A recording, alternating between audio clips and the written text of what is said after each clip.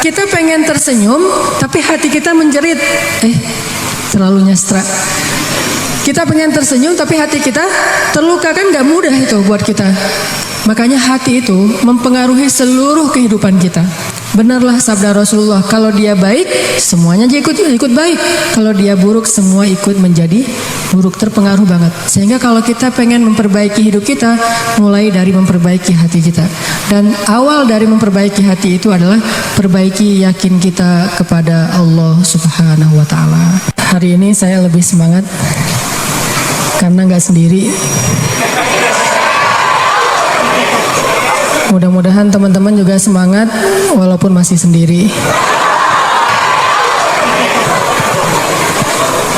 Alhamdulillah, wassalatu wassalamu ala rasulillah wa ala alihi wa sahbihi wa mawalah. Rabbi syrah li sadri wa yassir li amri wa hlul 'uqdatam min lisani yafqahu qawli. Radina billahi rabba wa bi Muhammadin nabiyya wa bil islami dina. Teman-teman yang dirahmati Allah Subhanahu wa Ta'ala, hari ini kita diberikan kesempatan oleh Allah Subhanahu wa Ta'ala untuk mencas iman kita, karena memang iman kita itu lebih sering lowbat daripada handphone kita, dan itu realitasnya kayak gitu. Handphone dalam sehari berapa kali ngecas? Tergantung harga handphone. Dan ngecasnya paling cepat berapa lama dari nol? Tergantung harga. Ada yang pakai fast charging, ada yang low, nggak fast ya, jadi slow banget. Orangnya woles, makanya handphonenya juga woles. Ada yang ngecasnya paling cepat kalau fast charging itu 1 jam dari nol, 1,5 jam lah kalau udah lama. Setiap hari minimal dia ngecas sekali, rata-rata 2 kali. Padahal dia cuman make buat chatting, buat upload foto, nggak sampai video, kecuali kalau dia nge-followingnya terlalu banyak. Gak apa-apa sih nge-following terlalu banyak, yang penting followernya sedikit. Bener kan ya? Buat apa followers banyak-banyak tapi semuanya orang lain, kan ya? Mending sedikit, cuma 1 tapi dia.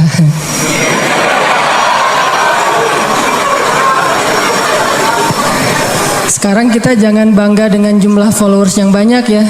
Cuma 1,1 juta aja pamer gitu kan. Mending kita bangga dengan followers yang jelas statusnya. Ini tadi apa? Kita HP aja dicas sehari beberapa kali. Padahal handphone kita itu tidak dikuras dengan nonton YouTube atau streaming. Gimana dengan iman kita yang selalu dikuras, yang kuotanya itu habis setiap hari karena kita nggak sengaja mungkin ngelihat sesuatu yang nggak boleh, ngedengar pembicaraan yang tidak baik, ngerasa baper terhadap sesuatu yang belum boleh kita baper. Sehingga iman kita tuh ngedropnya lebih cepat daripada handphone kita. Kalau kita selalu disiplin dan hati-hati banget dengan handphone kita, begitu udah mulai muncul peringatan handphonenya udah lowbat di bawah 10%, kita langsung nyari colokan listrik. Bagaimana dengan iman ketika kita ngerasa lowbat? Dan alarm bahwa iman kita lowbat itu banget. Salah satunya kalau sholat gak khusyuk. Begitu kita takbir, gak kerasa tiba-tiba udah salam. Nah ini berarti udah lowbat banget nih. Tadi berapa rakaat ya, kan sering tuh gitu. Atau tadi baca Al-Fatihah enggak ya pas kita ruku gitu kan. Ruku tapi lupa tadi Al-Fatihah enggak ya. Nah ini berarti udah lowbat banget nih. Atau ciri lowbat yang lain, kalau kita dengerin bacaan Al-Quran ngantuk. Itu udah lowbat. Kan kita sering kalau nggak bisa tidur dengerin Al-Quran kan. Bukan dengerin lagu-lagu lalebay gitu kan, dengerin Al-Quran. Ada yang nggak bisa tidur dengerin jokes, jadi jokers mania gitu. Ada yang nggak bisa tidur dengerin tilawah misalnya Toha Junaid. Ketika dia dengar bacaan Bismillah langsung ngantuk, langsung tidur, tibra. Padahal baru Bismillah. Oh berarti iman kita lagi ngasih warning, lagi ngasih alarm bahwa dia dalam kondisi lowbat, lagi drop. Sehingga kita langsung nyari di mana ada colokan listrik. Dan colokan listrik iman adanya di dalam majelis-majelis ilmu. Colokan listrik iman adanya di dalam majelis para ulama. Colokan listrik iman adanya di masjid. Sehingga kalau kita sehari ngerasa iman kita lagi drop, kita harus langsung mencari booster iman. Dan tidak harus booster saya. Ini modus karena jarang nge-upload nih. Bisa ada Ustadz Abdul Somad yang ilmunya lebih banyak daripada saya. Bisa ada Ustadz Adi Hidayat. Di sini ada Ustadz Aditya. Ada banyak ustadz-ustadz yang hebat, yang ilmunya luar biasa, yang kalau kita dengar walaupun cuman lewat Instagram atau YouTube, insya Allah itu ngecas iman kita. Dan kalau kita ngerasa bahwa iman kita ini bukan iman yang baik, berarti casnya itu harus lebih lama. Kecuali iman kita itu iman sahabat, fast charging. Mereka dengar satu hadis, langsung imannya nambah sampai 100%. Mereka cuman berzikir hasbi Allah sekali, itu imannya tuh langsung full. Kita mungkin karena nggak fast charging, kita butuh berkali-kali ngecas dan lama waktunya. Duduk dalam majelis ilmu agak lama karena emang ngecasnya tuh nggak secepat para sahabat, nggak fast charging. Ini artinya teman-teman, kita bersyukur Allah Subhanahu wa taala masih membimbing hati-hati kita semuanya untuk datang ke sini mendengarkan majelis ilmu. Mudah-mudahan ini bukan majelis sia-sia. Ditambah lagi memang niat kita datang ke sini karena Allah Subhanahu wa taala. Bertemu karena Allah, berpisah karena Allah Subhanahu wa taala. Kalau pulang dari sini ada yang kemudian jadian, maka dia jadiannya fi sabilillah. Jadi ada judul baru ya. Kalau dulu judulnya jomblo fisabilillah, sekarang judulnya jadian fisabilillah. Apa tuh jadian fisabilillah? Jadian gara-gara pulang majelis ilmu. Jadian gara-gara dijodohin sama ustadz. Nah kalau minta dimak-comblangin sama ustadz, kriterianya jangan susah-susah. Mau nyari pasangan, ya sini biar ustadz yang mak-comblangin. Siap ustadz, kriterianya apa? Yang tinggi sekian, putih, bersih, wajah Korea, gitu-gitu deh. Si ustadznya bilang, kalau gitu saya juga mau. Bahaya tuh, ya. Teman-teman yang dirahmati Allah, kita bersyukur bisa datang ke majelis ini. Dan hati kita yang menggerakkan adalah Allah Subhanahu wa taala. Dan untuk kesekian kalinya, saya pengen mention tentang bukti kebesaran Allah adalah dengan berkumpulnya kita di dalam majelis ilmu kayak gini. Coba teman-teman perhatikan, ada berapa orang sekarang di sini? Sekitar 3.000.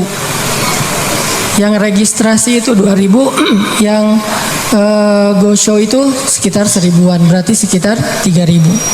3.000 hati Allah gerakkan dalam satu waktu dengan cara yang serentak dari tempat yang jauh-jauh. Ada yang dari Surabaya nih, teman-teman yang subhanallah istiqomah, mudah-mudahan Allah merahmati, bisa ngumpul di sini, dan itu kebesaran Allah Subhanahu wa taala.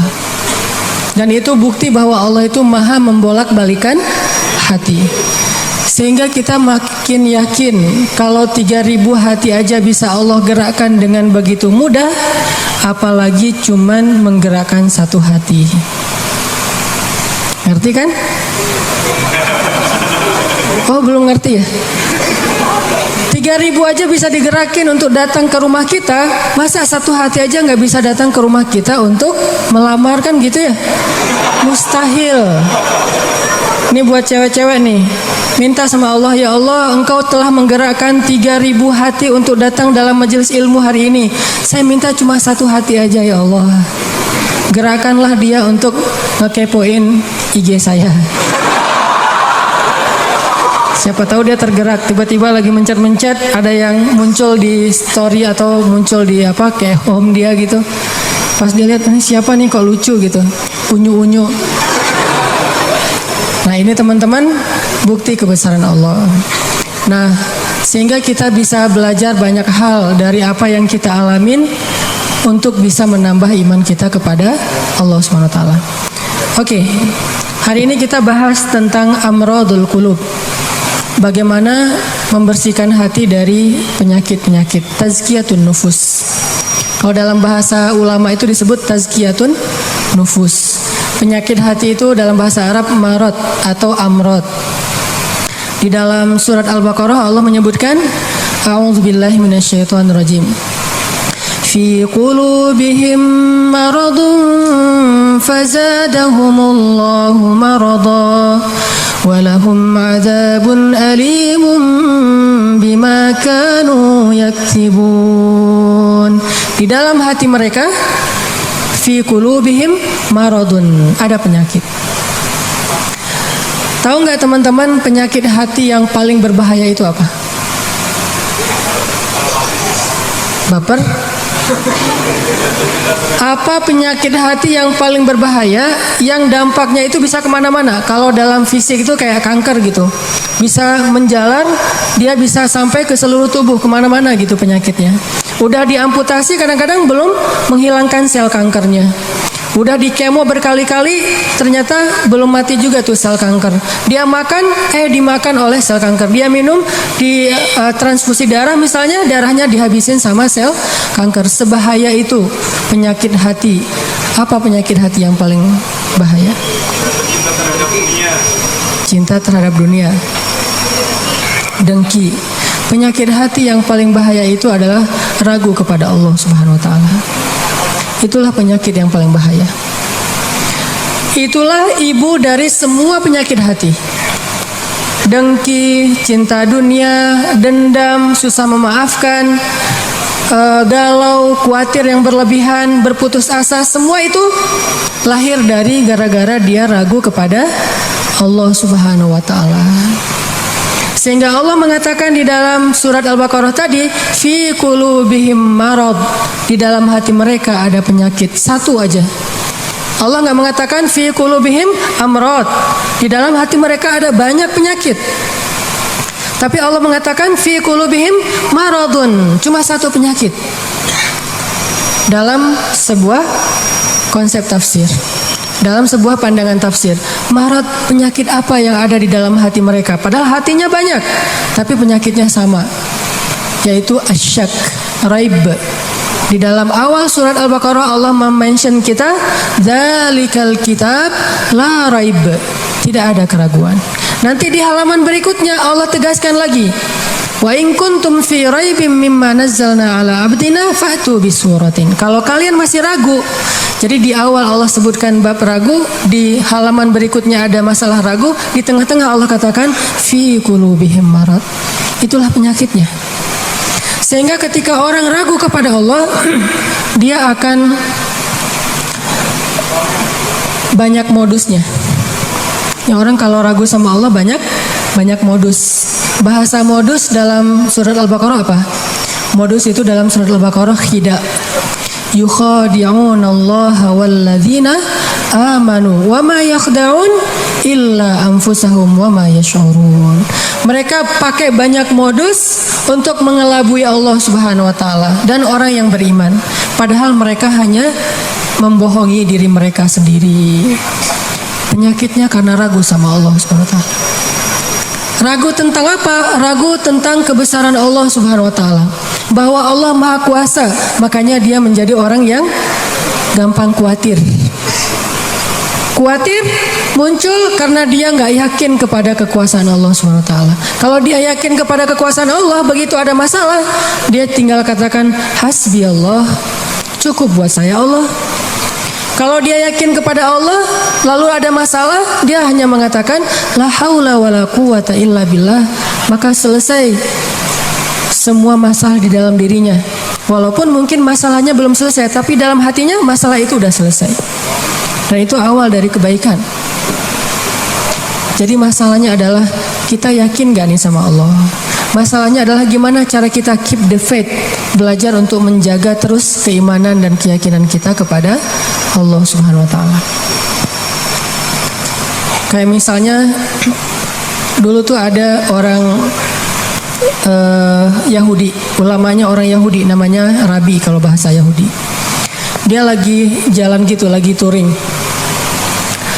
Lapar nih, di tengah jalan ngelihat ada orang lagi bakar babi guling. Jadi lagi bakar babi gitu, barbecue. Terus dia ngecium harumnya aroma babi yang dibakar. Jadi pengen, jadi lapar. Dia datang kepada orang yang lagi barbecue gitu. Dia bilang, "A'tini hadas samak." Beri saya ikan ini. Dia nyebutnya ikan.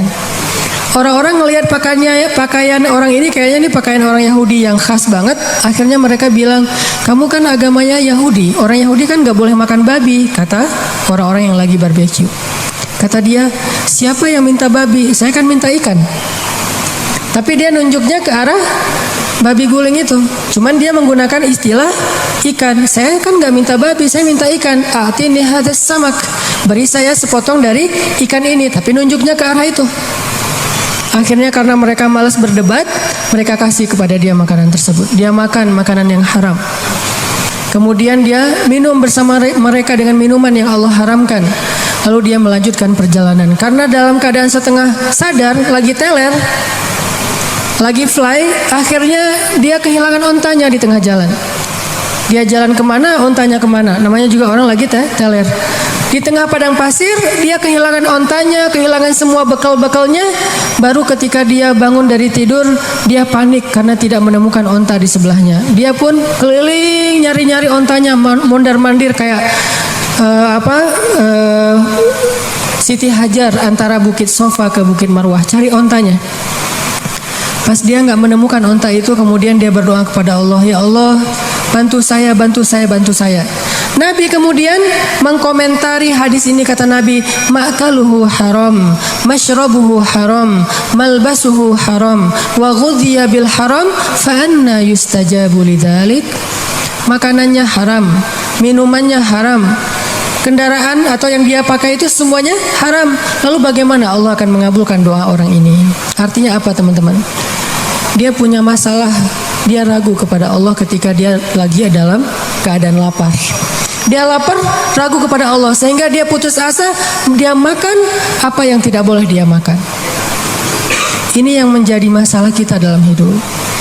Dulu ketika Doli ditutup di Gang Doli di Surabaya, salah satu kalimat yang keluar dari teman-teman yang ada di sana apa?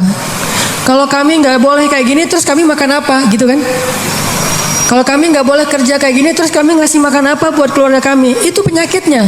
Jadi bukan pekerjaannya, tetapi keyakinannya kepada Allah Subhanahu Wa Taala. Nggak mungkin, nih ya, nggak mungkin nol, nggak mungkin sama sekali ya. Ada orang yang meninggalkan sesuatu karena Allah, terus jadi terlantar dan terlunta-lunta, itu nggak mungkin sama sekali. Bukankah Allah sudah menunjukkan banyak bukti kepada kita? Siapapun yang meninggalkan sesuatu karena Allah, pasti Allah ganti dengan yang lebih baik. Musa meninggalkan Mesir karena perintah Allah, Allah ganti dengan Palestina. Ibrahim meninggalkan Irak karena Allah, Allah ganti dengan Palestina dan Mekah. Nabi Muhammad SAW meninggalkan Mekah karena Allah, Allah ganti dengan keluarga baru di Madinah. Gak mungkin ada orang yang berhijrah meninggalkan sesuatu karena Allah terus jadi terlunta-lunta, jadi susah hidupnya. Gak mungkin, gak ada ceritanya dalam sejarah. Masalahnya ketika dia meninggalkan itu, kadang Allah ngasih dia ujian kecil untuk melihat dia yakin gak sama Allah. Nah, di ujian itulah banyak orang yang patah. Banyak orang yang kemudian jadi seperti bangsa Bani Israel yang mengeluh terus bilang, "Duh, kalau kayak gini mending saya balik lagi aja kayak dulu." Banyak orang yang ngomong kayak gini nih. Mending saya balik lagi aja kayak dulu. Kayaknya hidup saya yang dulu lebih mudah daripada sekarang. Itu yang dikatakan Bani Israel ketika mereka menuju ke Palestina. Ketika mereka di tengah jalan, mereka bilang, tahu kayak gini kita mending balik lagi aja ke Mesir kayak di zaman Firaun. Ternyata sama aja nasib kita di tangan Firaun dengan di tangan Musa. Kenapa? Ragu kepada Allah Subhanahu wa taala. Tidaklah seseorang ragu kepada Allah kecuali akan bertambah keluhan dalam hidupnya. Nih pasti nih. Tidaklah seseorang makin ragu kepada Allah kecuali bertambah banyak keluhan-keluhannya dalam hidup. Semakin dia yakin kepada Allah, semakin sedikit dia mengeluh dalam hidupnya. Semakin yakin dia kepada Allah, semakin sedikit dia mengeluh dalam hidupnya. Makanya teman-teman, masalah paling besar dalam hidup kita itu, terutama masalah hati, adalah ketika kita ragu kepada Allah Subhanahu wa taala. Coba nanti teman-teman kalau misalnya lagi santai di rumah, cari-cari ayat tentang kebesaran Allah di dalam Al-Quran. Misalnya yang bikin teman-teman sering galau itu apa? Sebutlah masalah jodoh. Yang sering bukan teman-teman sih, saya dulu juga kayak gitu. Namanya orang masih sendiri kan galau ya, saya bisa nikah nggak ya? Kayaknya nggak ada yang mau deh sama saya. Alhamdulillah Allah karuniakan seseorang yang mau sama saya. Kalau kita lagi galau tentang satu masalah, jalan keluar yang pertama yang harus teman-teman cari itu adalah Allah Subhanahu wa taala. Coba tanya kepada Allah, coba baca ayat-ayat Allah, gimana cara mengobati galau atau masalah di dalam hati kita. Misalnya masalah jodoh. Allah bisa kita baca di dalam firman Allah surat An-Nur ayat 32. Ini salah satu ayat yang bisa membooster teman-teman jomblo fisabilillah. Ini ayat jomblo banget nih. Ayat surat An-Nur surat 24 ayat 32. Apa kata Allah di dalam ayat 32? Iyakunu fuqara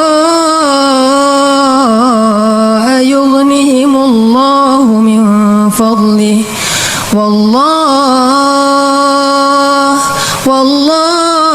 wasi'un alim. Nikahkanlah orang-orang yang masih sendiri di antara kalian, baik yang merdeka ataupun orang-orang yang budak. Kalau mereka fuqara, apa arti fuqara? Fakir, gak punya apa-apa. Yughnihimullahu min fadli. Allah yang akan mencukupkan mereka dari karunia-Nya. Dan Allah maha luas lagi maha mengetahui. Ini ayat booster banget nih. Datang ke rumah calon mertua, capture nih ayat nih. Capture dulu ya. Capture. Udah selesai capture, ditaruh paling depan. Jadi pas kita buka HP langsung ayat ini yang keluar gitu. Begitu ditanya kerjaannya apa, tunjukin nih ayat. Kan pertanyaan kedua pasti kerjaannya. Pertanyaan pertama siapa namanya, kedua kerja di mana. Siapa namanya, misalnya sebut nama kita, sebutlah Budi gitu. Oh ya, kerja di mana, masih kuliah atau udah kerja? Udah selesai kuliah Pak. Kerjanya Pak ini. Apa ini? Kalau mereka fakir, Allah yang akan mengayakan mereka. Ngeri juga udah pakai ayat ya. Dan Allah maha luas lagi maha mengetahui Pak. Itu juga saya dengarnya dari Ustadz gitu ya. Oh benar juga nih ayatnya. Terus gimana anak saya dikasih makan apa? Allah yang kasih makan bukan saya. Anak bapak dan saya, bapak semua kita nih pemakan rezeki bukan pemberi rezeki. Gak ada satupun kan di antara kita pemberi rezeki. Semua kita ini pemakan rezeki. Pemberi rezekinya Allah. Dan ini ayat modal saya banget untuk nembak si dia. Kan saya dulu nikahnya nikah ngutang. Maharnya aja ngutang ke sebelah. Tapi bilang ngutangnya jangan pas awal. Nanti aja kalau udah deal baru ngutang. Udah setuju nih, kita nikah ujung-ujungnya boleh utang dulu. Ternyata Allah mudahkan setelah itu. Justru setelah saya nikah tuh kan dulu saya kerja nggak jelas ya. Memang nggak punya kerja sih, bukan nggak jelas. Nikah tuh nggak punya kerja, nggak punya simpanan apapun, nggak punya bekal. Pokoknya modalnya modal surat An-Nur ayat 32. Itu modalnya, catat tuh. Kalau perlu jadikan status. Justru setelah menikah saya ngebuktiin sendiri gimana Allah maha menunaikan janjinya. Allah nggak pernah ingkar janji. Kalau kita fukoro, saya emang dulu fukoro. Gimana fukoro? Nggak tahu mau makan apa hari ini juga. Namanya mahasiswa di luar negeri. Tapi kemudian setelah selesai nikah, Allah mudahkan dengan tiba-tiba saya dapat kesempatan menjadi petugas haji resmi, bukan outsourcing gitu, resmi. Petugas haji resmi dari Depak selama 1 bulan musim haji, dan itu lumayan penghasilannya. Pulang dari situ dapat tawaran untuk ikut audisi mengisi tilawah Al-Quran di salah satu televisi di Mesir. Yang ikut audisi itu banyak. Orang-orang Arab kan ngajinya bagus-bagus ya. Kelasnya udah kelas Al-Afasi, Al-Ghamidi, Toha Junaid, yang keren-keren lah bacaannya, suaranya, hafalannya udah pasti keren. Saya ikut audisi tuh. Ternyata dari sekian ratus orang yang ikut audisi, yang dipilih cuma 5 orang min ajmalis saut atau as-saut az-zahabi, suara emas. Dan saya alhamdulillah terpilih. Entah gimana caranya, mungkin juri waktu itu juga lagi nggak dengerin saya, tiba-tiba dicontreng aja. Terpilih di antara 5 orang dari berapa ratus orang yang ikut audisi. Terpilih. Lalu dari 5 orang itu diseleksi lagi untuk ngambil 20 episode sekaligus. Yang lain cuma satu-satu episode. 20 episode siapa? Ternyata saya juga dapat dari 5 orang itu dipilih satu-satunya yang ngambil 20 episode di televisi. Alhamdulillah. Akhirnya ngerekaman, recording di TV, udah selesai gitu, nggak kerja selama 6 bulan. Mulailah kita keliling-keliling nggak jelas gitu di Mesir, mondar-mandir kayak 99 cahaya di langit Eropa gitu. Benar kan kata Allah, kalau mereka fuqara yughnihimullah, maka Allah akan memberikan kekayaan untuk mereka atau kecukupan. Jadi obat hati itu adalah yakin kepada Allah. Dan cara yakin kepada Allah, baca firman-firman Allah Subhanahu wa taala. Allah berjanji di dalam banyak ayat untuk bisa menjadi iman, menambah faith, menambah keyakinan di dalam hati kita. Tinggal kita baca aja. Banyak banget ayat-ayat kayak gitu. Jadi begitu kita galau tentang gimana nanti nih, apa yang harus saya kasih, gimana menafkahi, baca nih ayat. Gitu juga kalau misalnya kita cari kerjaan atau cari nafkah. Allah Subhanahu wa taala juga memberikan kita banyak sekali ayat-ayat yang menjadi janji dari Allah bahwa siapa yang yakin kepada Allah, pasti Allah Subhanahu wa taala akan menjaganya. Itu banyak banget ayat kayak gitu. Salah satunya teman-teman bisa baca, minimal banget teman-teman bisa baca di surat Hud ayat 6.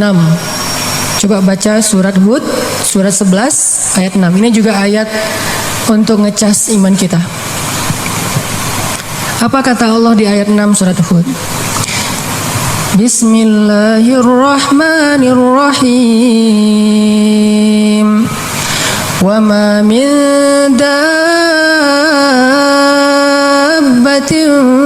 fil ardi illa 'ala Allahi rizquha wa ya'lamu mustaqarraha wa mustawda'aha kullun fi kitabim mubin. Gak ada satupun hewan yang melata di muka bumi illa 'alallahi rizquha, kecuali Allah yang menjamin rezeki bagi mereka. Terus kenapa kita khawatir? Kenapa kita galau? Kan Allah yang menjamin, dan jaminan Allah itu sebaik-baik jaminan dijamin oleh perusahaan asuransi atau finance. Itu aja kita udah yakin gimana dijamin oleh Allah Subhanahu wa taala. Kayak ada orang yang ngambil asuransi kesehatan, dia nggak khawatir dengan sakit.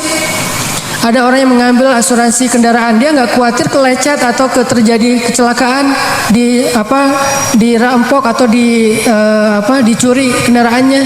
Ada yang total loss only misalnya atau all risk, dia nggak khawatir. Kenapa? Ada yang menjamin. Ada orang yang mengambil asuransi pendidikan, dia nggak khawatir dengan harga pendidikan yang semakin mahal karena ada jaminan. Kalau kita masih sering ragu dan sering khawatir dengan hidup kita, berarti kita nggak yakin dengan jaminan Allah Subhanahu wa taala. Makin kita yakin dengan jaminan Allah, makin hilang rasa khawatir dalam hidup kita. Tenang ajalah, ada Allah. Ketika kita ada masalah sedikit, kita tinggal klaim. Dan mengklaim asuransi Allah itu lebih gampang daripada ngeklaim asuransi manusia. Ngeklaim asuransi manusia tetap aja ada biayanya. Tapi ngeklaim kepada Allah itu nggak ada biayanya, nggak perlu pakai nomor antri, nggak perlu jauh-jauh keluar dari rumah. Kita tinggal mengangkat kedua tangan kita mengatakan, Ilahi, Robbi, saya ada masalah nih, tetapi Engkau maha besar. Dan setelah itu hati kita akan langsung tenang. Ini teman-teman, di antara obat terhadap semua penyakit hati itu adalah belajar yakin kepada Allah Subhanahu wa taala. Teman-teman bisa baca juga nanti surat Al-Mulk. Ini surat yang benar-benar ngebooster hati kita. Jadi sesi pertama ini saya pengen sharing.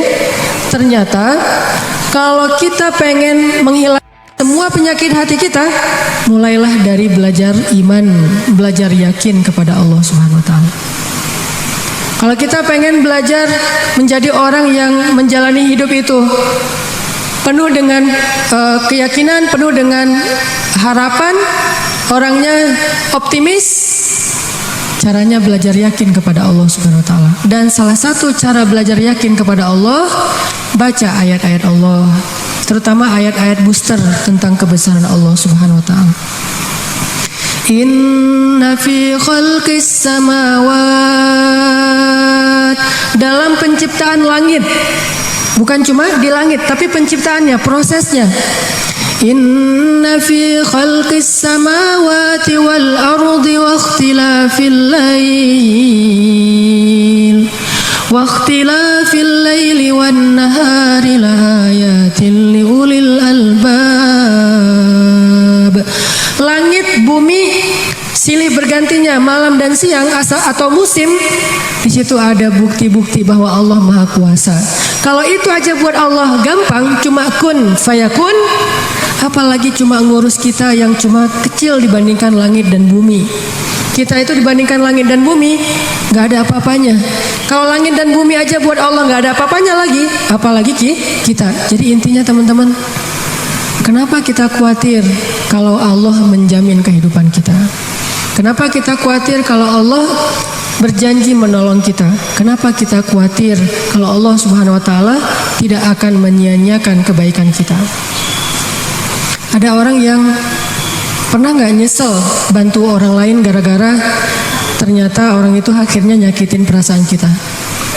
Duh, saya nyesel dulu bantu dia. Duh, saya tahu gitu nggak bakalan saya mau baik-baikan sama dia.